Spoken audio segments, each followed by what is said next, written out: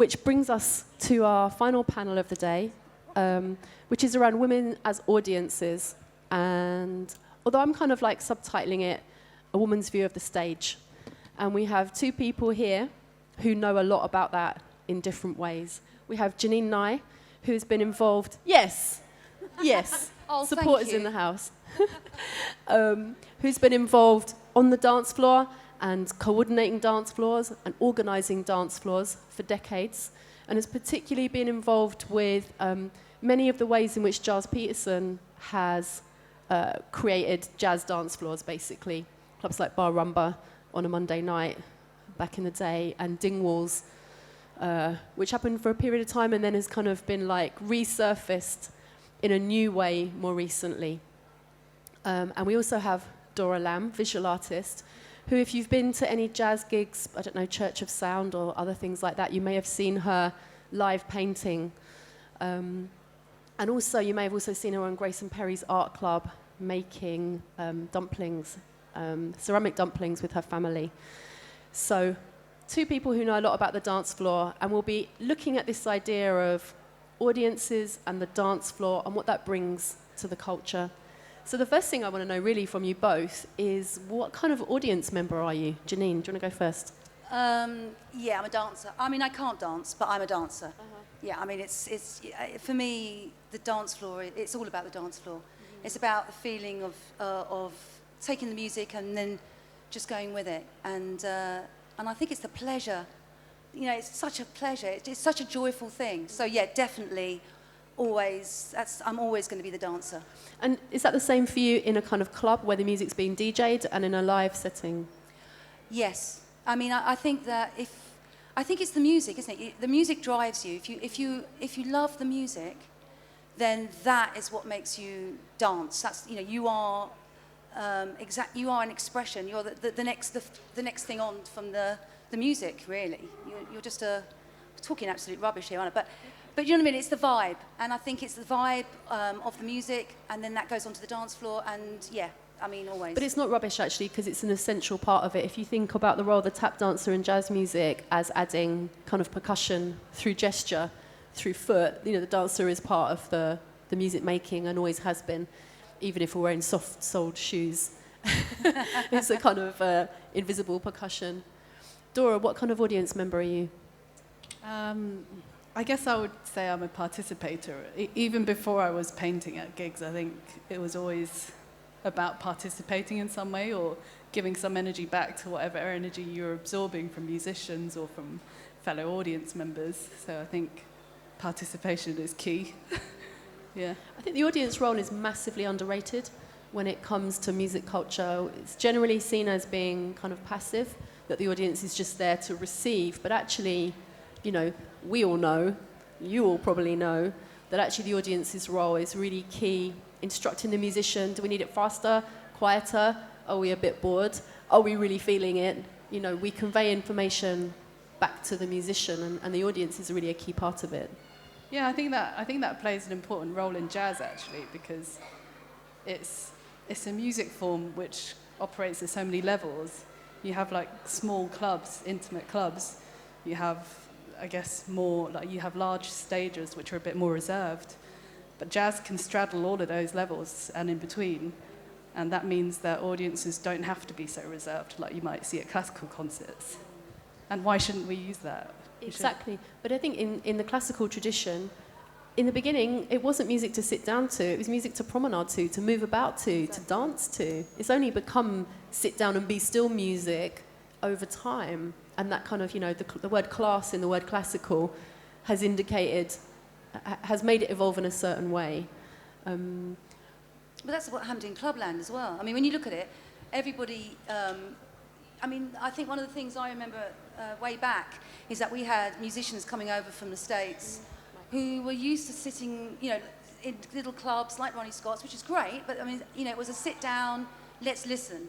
And then they would walk into a club scene. They would walk onto a dance floor and hear and see their music, you know, in a completely different light. You know, they just couldn't. They were absolutely unbelievable. You know, they thought, wow, we have to play here. And a lot of those artists, people like Roy Ayers, God, there's so many that have come over and have experienced our clubland, which is a very different, I think it's a very different animal to the sit-down, stage jazz. Jazz was never about that. Jazz is always about, new music and dancing and being part of it, way back. So yeah, I think it's a very interesting thing that people sit down. So you can get up and dance if you want, it's just, but it's true, isn't it? Sitting down is just mad. So Janine, you've been on a lot of dance floors, as I have, and I just wondered if you can take us back to some of the earlier dance floors where you experienced jazz music. It might have been through someone DJing it, or it might have been a live setting. Can you tell us about some of those early places that you went to? Well, of course, I used to, obviously, as a member of Ronnie's, so that was always, that was great, going off and seeing Art Blakey and all those amazing artists. But there wasn't much of a dance floor there. And then I think that I used to be a mod way back, hundreds of years ago. I used to go and blag my way into Cheeky Pete's in Richmond, and that was the dance floor then. That was all about dancing. But then I think that Special Branch, there was an organisation run by Nicky Holloway, and a girl, his right-hand woman, can I say, who kind of really ran it, was Lisa. And what's her name? Lisa Blofeld. Well, we weren't even knew as Lisa. We never knew surnames. And they did it in mad places like London Zoo, London History Museum, British Museum. It was just mad places. And there was soul and it was jazz and it was very, very, it was just very, very exciting and joyful. I think that's the thing, it's the mixture. I think jazz is like my 17-year-old thinks it's a swear word. I mean, it's as in, it's really, he pigeonholes it. And I think the thing about the word jazz, it's got nothing to do with different, it can be a bit of soul, it can be a bit of this, a bit of that. And I think that's the beauty of it, is it straddles all these different genres of music. And I've been really, it was like, I suppose like a religious experience really when I started, going to dance. I couldn't believe how amazing it was, how fantastic it was to dance to. And it's changed. I don't know if it's changed. I think the difference is Clubland now I think the people that used to dance in Clubland has now moved on to the live jazz, the young live jazz musicians, all bands. My 26-year-old, he goes to like Total Refreshment Centre and Ezra Collective and all those sort of Nubai Garcia. They go to those events as we used to do with Clubland, and they dance in the same way. So it may not be DJ related now, it may be more live, but I think it's very much the same. I remember Lex, who ran Total Refreshment Centre, saying to me, it's like he just realised one day that a tuba, a saxophone and some drums could, I think in his words, mash up the dance floor as much as you might expect, a DJ and a big sound system to do the same thing. I mean, Dora, you've been on a lot of the dance floors that Janine's just referencing there. We're focusing particularly on women today, and I wonder what you can tell us about what you see in those audiences as it relates to women or gender non-binary people. I think it's interesting because recent years you've seen a lot more female instrumentalist musicians on stage, and I think that naturally draws more attention from women in the audience as well. But do you mean it attracts the attention of the audience member, or it attracts people into the audiences? I think it attracts people into the audiences, but also I think it also has an effect on younger people going into jazz music as well. Just looking at Tomorrow's Warriors, there are a lot more female students in their classes and in their workshops, and that's really great to see. And I think it does depend a lot on women taking the stage and speaking out and having those conversations for that encouragement to happen. We had a really good question from someone earlier saying, the problem is that it's not really represented in the conservatoires, people taking instrumental jazz, like studying it to that level, or in the trade bodies. But definitely you're right. On the dance floor, on the stage, we're definitely seeing, certainly in the pockets that we're kind of connected to, we are seeing a change and we are seeing a difference. I'm also reminded of Sheila Morris Gray telling me about her teacher, Matt Fox, who started Connecticut Blocko, being so instrumental in getting her and her friends playing brass instruments. So, he's no longer with us on the planet. So we should, it's always good to give thanks to those people that made a big difference. But I've sidestepped away from what I asked you, which is about the dance floors that you see and the way that you see women interacting on those dance floors. Can you give us an example of a particular place that you've been recently and just take us there? Yeah, where I was recently was at the Horniman Museum, where it was actually a total refreshment centre gig. It was a bit of a collaboration, and they had Balamaya on stage in the middle, floating above a lake, and it was just a beautiful setting, and it was more of a sit down and appreciate kind of setting, and it was a completely mixed crowd, is what I observed, and I think that's what I love about jazz audiences in general. It's just more diverse than what I see at other genres, and I think people just enjoy being there in whatever state they're in, whether it's a sit-down gig or whether they're there to be energetic, and I think that's. I mean, we were talking about just before we came on about safe spaces and things like that, and I think that's. It strikes me that that's not really been a concern. I think it's always... Yeah, not ever, yeah. I think that's the most amazing thing about this particular music that we all love. I'm assuming that most people here will probably quite like all this sort of jazz, soul, funk. It's just that it's always been so inclusive. And, it's, I think the world has been male-dominated. That's the way it's been, and I think it's a very gradual, very slow process. There's an amazing amount of DJs now, female DJs, that are getting more and more gigs and more respect. And it was a very sort of male-dominated, DJ setup, and also band setup as well. But like you say, you have Tomorrow's Warriors. Janine Neye, who is the wife of Gary, who I used to book for Dingwalls, way back in the day. She is obviously incredibly instrumental in that whole setup. And Gary obviously is the name because everyone knows he's a jazz bassist. But Janine is, obviously. But I think there's a lot of women behind, in the background, because not necessarily wanting to be up front. Through choice as well.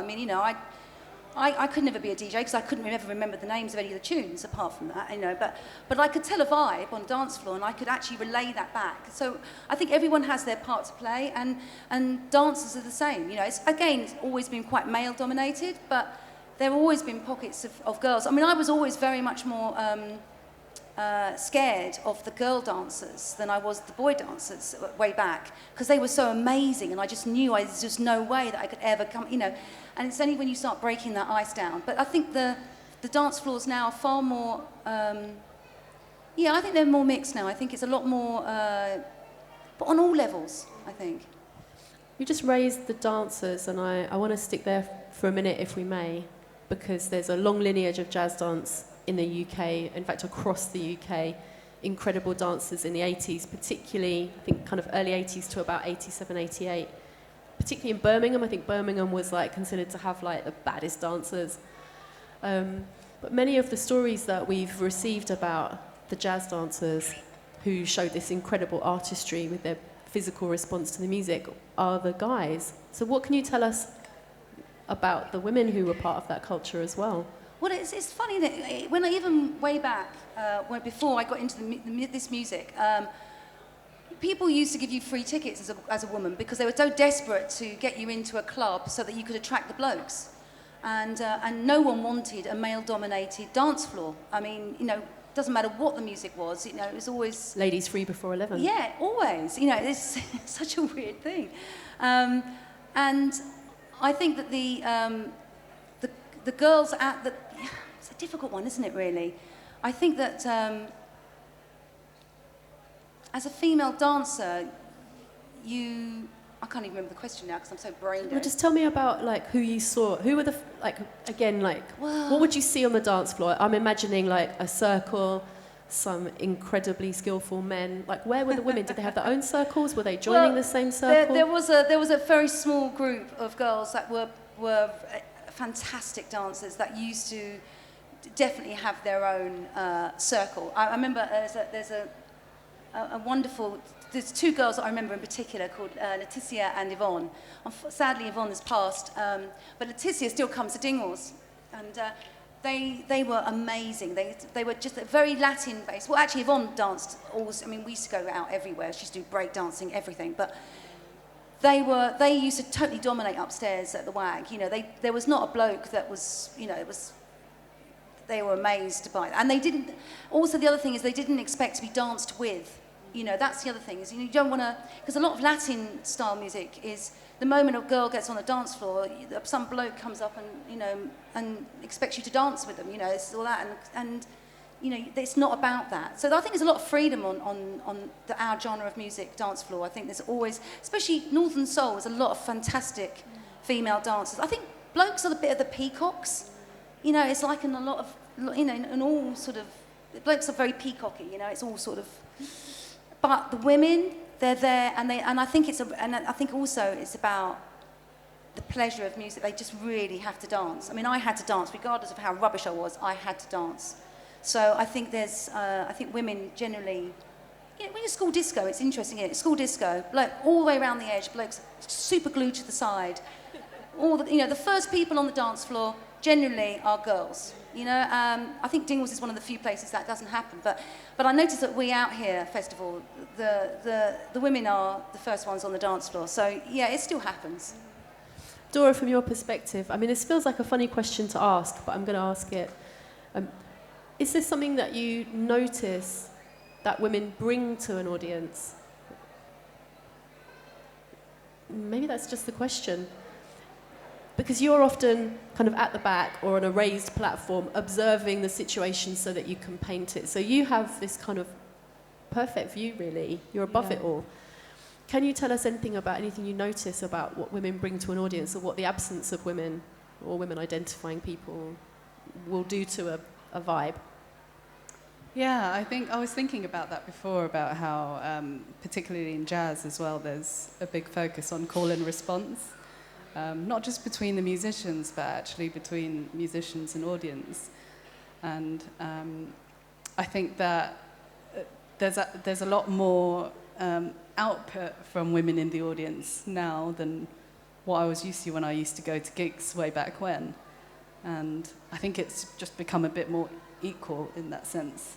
And that partly maybe because I think a lot of, as I was saying before, a lot of musicians on stage there's an incredible level of honesty going on these days.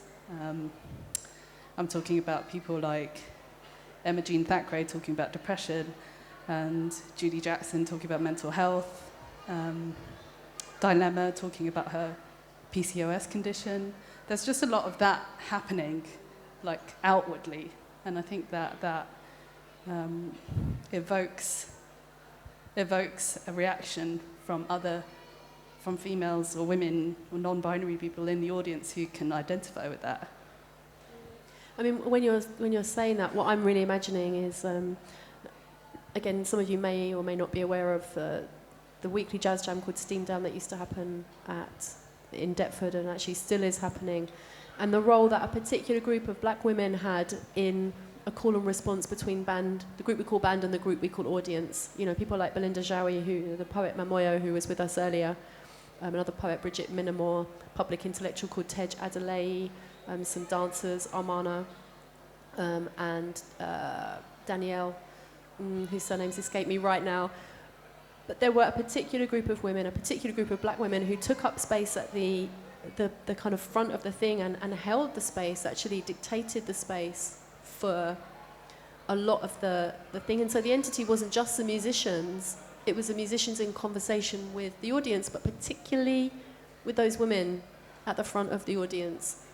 And it really can't be underestimated. It's so easy just to kind of sideline but it's really central, and I think your recognition of those kind of lineages of great black American music and call and response is very much part of that, isn't it? So I wonder if we should talk a little bit more about the women, or the women identifying people who've had a big effect on you and the work that you do, or maybe Dora, because obviously there've been other women who've been painting or interpreting the music. Is there anyone that you would care to tell us about? There are other artists out there doing it, and without going into too much detail, actually, I had a not so positive experience with one of them when I first started out, and I was naturally seeking some kind of mentorship or like a friendship, and honestly, it didn't really work out, and it was for a whole range of complex reasons. I think probably because I was younger coming into it, and I seemed a little bit threatening, and I understand that. And what that made me realize is actually what I was seeking is it's something that came really instinctively to me, to want some form of like care and some level of like teaching or mentorship. And I think that is actually something that we as women, we occupy that space so well. And it made me think, it made me more, I guess it made me think that mentorship is so important, because I didn't get that, because that left a gap. But it reminds me of something that we spoke about in the previous session, about how often in jazz women are expected to double, not on another instrument, but in a maternal role. And some women might want to do that, and some women might not. Some women might feel to be really supportive, and other women might have far too much going on to be able to do that. Have you had that sense of women having to occupy a kind of maternal role in the part of the jazz landscape that you've been in? Well, I mean, I think on an organising level, yes, because, I mean, when I first started, I mean, I didn't, I was a fan, and I just wanted to promote the music because I just loved it so much, and so I kind of forced myself upon DJ, especially Giles Peterson. You told me that you went out flying for him before he even asked you to fly for him. Whether he liked it or not. Yeah, I mean, it was because there wasn't much going on in those days. In the 80s, there wasn't a lot of promotion. It was all word of mouth. There was no internet. I mean, when I tell my kids, there's no internet, there was no mobile phones, and they go, well, how did you do anything? And I said, well, it was about word of mouth. And that's exactly that's why it was so important. And so. Because it was my religious experience that I decided that I needed to make sure enough people heard about it and came to these gigs because they were so amazing. So I used to grab a load of flyers from the WAG, which always had very good flyers, can I say?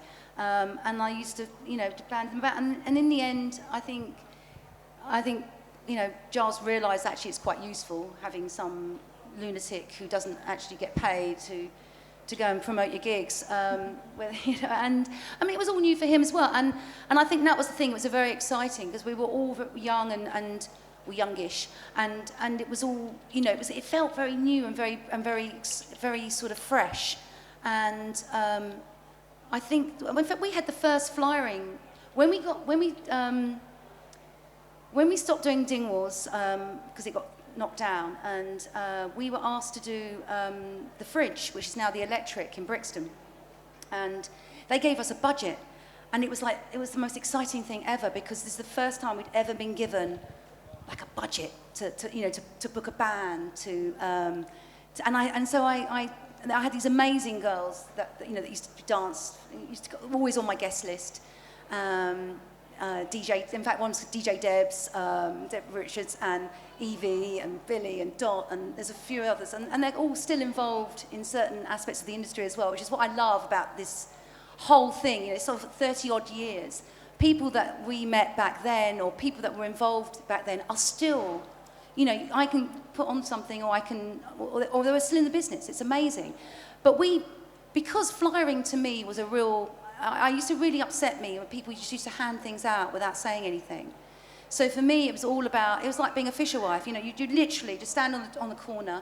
I didn't go into Dingwalls for the first 2 months. I was literally outside on the Camden Lock, persuading people to come in. And it was about the spiel, it was about the passion.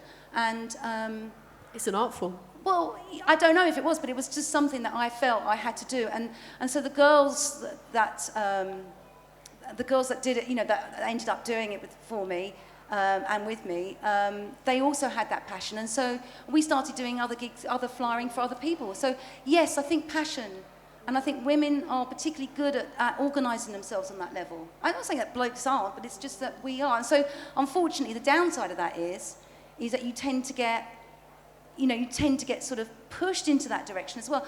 And of course, then you have children. You know, I think it is harder because you can't. I think you're always multitasking. You're always thinking. But we are very. I think generally women are. I mean, I can't multitask for toffee now, but I think that we are quite good at it. Dora, I want to ask you a little bit about this. I'm not saying that women have certain characteristics, because they don't. We're all different, and you know, the idea that women's brains are one way and men's brains are the other way, it's just not true. I'm a subscriber to the New Scientist, so I feel like I can say that with some authority.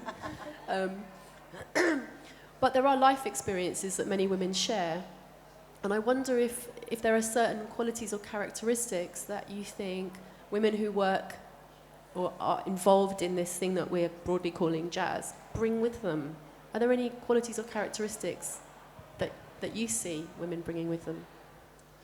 Yeah, absolutely. I think, well, I came, before I was doing painting, I came from a background of working in technology, and that was absolutely very male-dominated as well, even more to a degree. And so it kind of conditions you to work in certain environments where you are only dealing with men.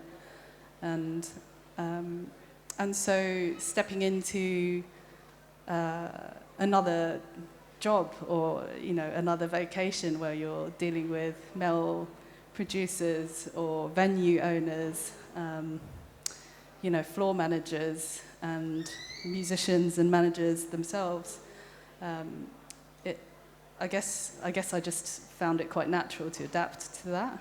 But in terms of attributes, I think that you just have to.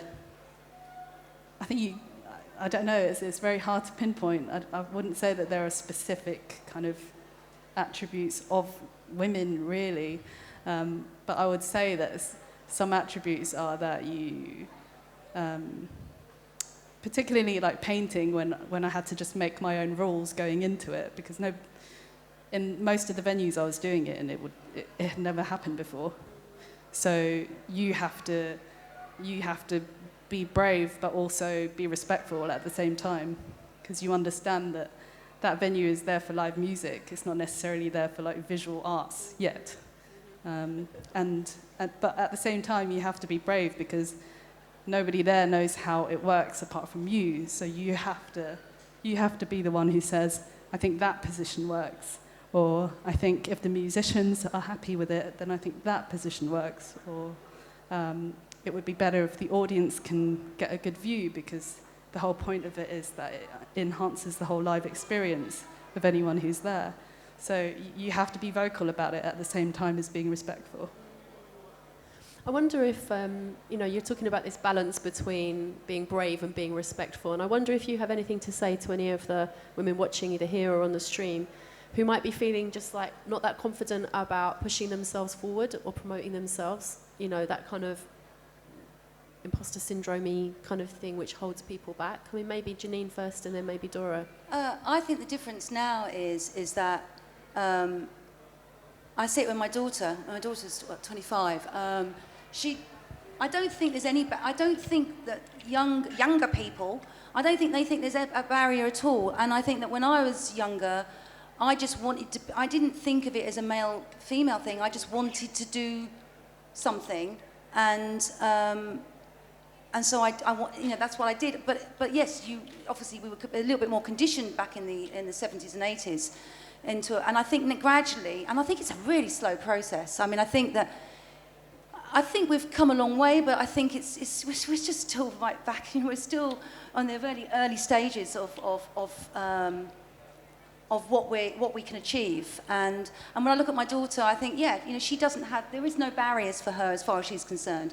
I'm pretty sure there probably are, but she doesn't see it in the same way that I see it. And I think there's a confidence in that, which I think people of my generation probably didn't feel. Although, can I say, I did feel that. I think when you're in a scene as such that you all feel passionately about, I think that goes a long way to breaking any barriers, because everybody in that scene is the achievement. You know, what you want to achieve is everybody, like, you know, wanting to come to the clubs and all the rest of it. And if you don't have barriers on that level, because everyone's got the same target, the same goal as such. It's sometimes harder for women than it is men. I mean, that was certainly my experience growing up in club culture in London in the late 80s.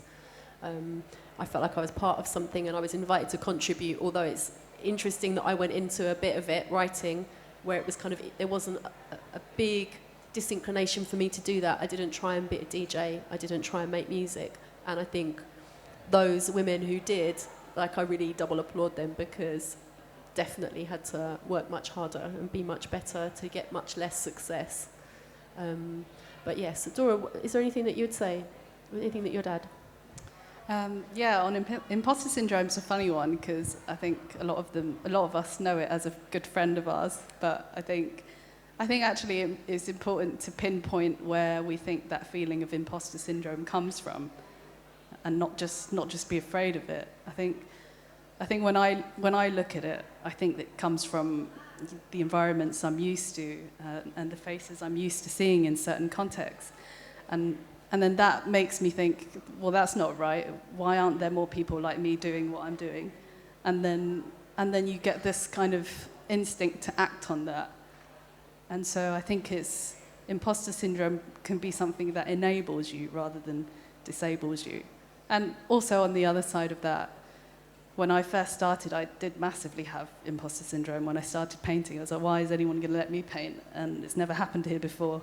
And, you know, why are they going to risk letting me, like, ruin their floors? Or, like, I had all these, like, little worries. Like, how do I keep everything clean? And how do I get enough lighting? And what if I bother someone in the audience? Or what if the musicians aren't happy with the painting at the end? And but you kind of slowly get over all these things, because the more you do it, the more you get used to it. But also, I think there's a big degree of fake it till you make it as well. And also just do it.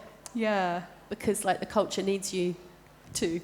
Yeah. You know, no one commissioned you to start sketching at jazz gigs, and you did. And now you've got this incredible body of work. And there are other, you know, obviously people have done it before, but there are now people who are like, oh, I might start sketching at gigs. So I might start using my visual artistry to reflect and respond to what the musicians are giving me. So we just need people just to do it. And the same with you, Janine. You know, no one asked you to go out flyering. No. No one asked me to do anything. In fact, people were asking me not to, really. But the fact that you've done it, you know, the contribution that you've personally made to kind of, you know, jazz-influenced, jazz-inflected dance floors has been massive. And so I wonder if we have, you know, before we kind of move into our final questions, if anyone has anything they would like to ask, you know, any of us, Janine or Dora, or even myself.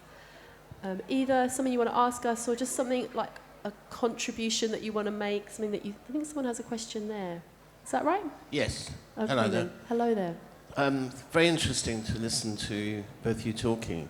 I'm aware of the fact that a lot of salsa music and dance places are open, and they still attract a lot of people every week. And why hasn't the jazz world done the same?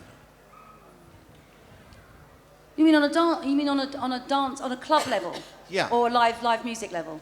Well, it's usually at a club level. I mean, not necessarily with live music, often with discotheques as well. But it seems to be quite a big culture certainly in London.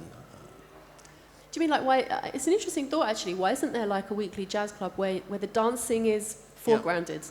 Well, I mean, that's it. I mean, in the 80s and 90s, yeah. I mean, I was looking back at some of the flyers that I have. I've got a whole body of flyers. I mean, we were literally every day of the week. I mean, There was something that we were doing every day of the week. And then Clubland kind of died a bit. It kind of got to a level. I think the reason is that because it was a very niche thing. You went to a club for a specific type of music, and you just mentioned salsa. So people are going to that because they know that when they go there, they're going to listen to a particular type of music. And I think that our scene almost became victims of its own success in the sense that we became, I mean, for example, barroomba, Dingwalls was always, I remember that when hip-hop came in, we had Gang Starr there. I mean, we always were very open to new music, which is, so it was a double-edged sword.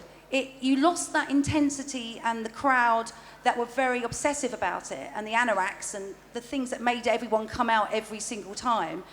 But at the same time, it also moved the music forward, allowing artists to kind of, not just DJs, but musicians as well. So there was a positive, but the downside was we lost that club sense of belonging. And I think that's one of the reasons why Dingwalls, we've been doing this. I mean, obviously that used to be every Sunday. Now we do it twice a year, bit of a difference. But the reason is because I don't want to spoil it. I want it to be that intense. Everyone must come to it. Everyone. You've got to go, and when you go there, that it doesn't matter whether you know you don't have to know anybody at all. You just go there. The music's going to be of a certain, the music you love. And for that means that everybody there is your friend. It means everybody there is feeling that, and it's the proper word of club.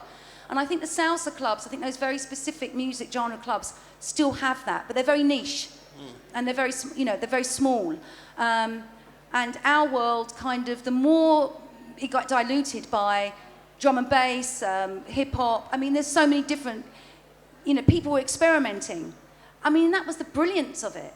I mean, barroomba, we did 12 and a half years at barroomba, that's how it is. Drum and bass and the trip hop, but it's all the things that it led on to. And so I can't look at it as a negative because a lot of the music and a lot of the artists that we hear today and love all come or cut their teeth listening to that sort of music way back when. And our music world is a far broader spectrum than it was. So yeah, I think that's why. And all leading back to what Jacqueline Springer in our last session called the flame, the beginnings of it, of great black American music and of jazz. Dora, I wonder if you can just add anything to that, if there are dance floors that you see where the dancing is really foregrounded, happening on a regular basis. I think the last time I saw the most lively dance floor was at a Steam Down gig, where it's more like a jazz rave, so you see people just light up. And I would also say there's a weekly jam called Ori Jam, which is happening at Colour Factory, which is run by a guy called Fred New Graphique. It's a jam, but it's like music you can dance to, and depending how comfortable people feel happy are being in indoor spaces, it's definitely a kind of lively, youthful dance, kind of forwarded environment. Thank you for asking that. Yeah. Do we have another question just in front of you, or did I imagine that? If the person with the mic sees another person with a hand, please feel free to pass it to them. I can't see one. Any other thoughts, observations anyone would like to share with us? If not, we can just move on to the film. Okay then. Oh, are there any questions from the stream? No. That was no one's watching. They're all watching the rugby. What can I say? I just wanted to add one last thing to that question, actually, because I was thinking about, I recently was watching a documentary about New Orleans, and it's a place I love and I've been many times. But the dance floors at New Orleans jazz gigs are absolutely instrumental to the live music, and they are by no means dying over there. So I think it's a geographical thing, a cultural thing as well. But I think it's also, like we were saying earlier about the live element. I think because when you go to a band, you know what you're going to get. You know the type of music, and that's why I think that the dance floor has transferred pretty much from the club on a general level onto, you know, steam down those sort of events now where they are dancing to the live jazz as opposed to the club jazz. So yeah, I think it's very important. So when we're talking about audiences, we have ended up talking a lot about dancing. I mean, that's a particular interest of mine and of ours, and I think we're really connected more to the kind of dance floor part of jazz music than the live sit-down part. But when we're talking about audiences, I think we can agree that women play an important place in audiences, and I think also I've seen a change in the way that men, and particularly young men, hold themselves in the audience. I've now had, on a few occasions, people, taller men, noticing me standing behind them and saying, "Do you want to stand in front of me?" And I applaud that kind of recognition. I'm liking that, yeah. Of men recognising in a space that the way they move, hold themselves, act, might make it less comfortable for other people around them, and to just, recognise where they are in space. And I think that's if Dance Floor 101 is watch your space, Yeah. then it's good to see a little bit of gender recognition happening within that as well. So I think we should just say goodbye and thank you to you both, Janine Neye and Dora Lam. Thank you very much for listening. And then we'll... Thank yes, you. please. Thank you. Thanks, Emma. They're still here, look. They're not still unconscious. here.